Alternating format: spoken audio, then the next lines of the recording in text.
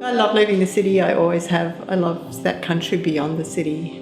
I love that sort of blurry boundary of urban and rural, and then I love the boundary of urban and the national parks.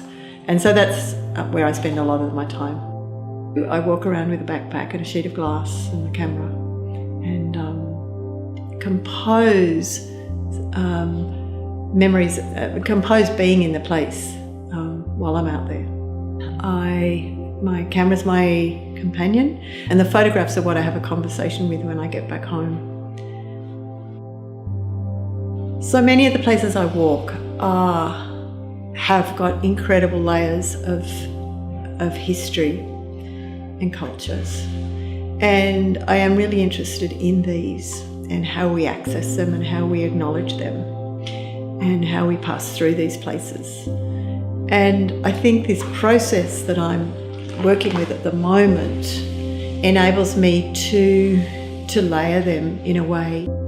So there's one place that I do go a lot, and that's the Gudgeonby Valley just south of Canberra. It's a valley of, for me, of loss and vacancy.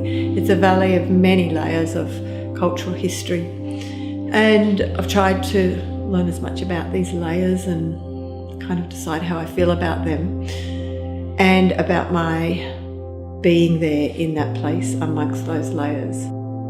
Around me is full of form, is full of light, is movement, is the day going by, and that I try and capture in the kiln-formed forms, and they become the more three-dimensional part of the work. So the photograph mostly will stay fairly two-dimensional, even though it might be on glass, but it usually will be paired with, combined with three-dimensional form in glass. And this becomes more like the body. It becomes more like the engagement of my senses when I'm out in that space. And so it will be translucent, it'll be textural, it'll be what I'm feeling.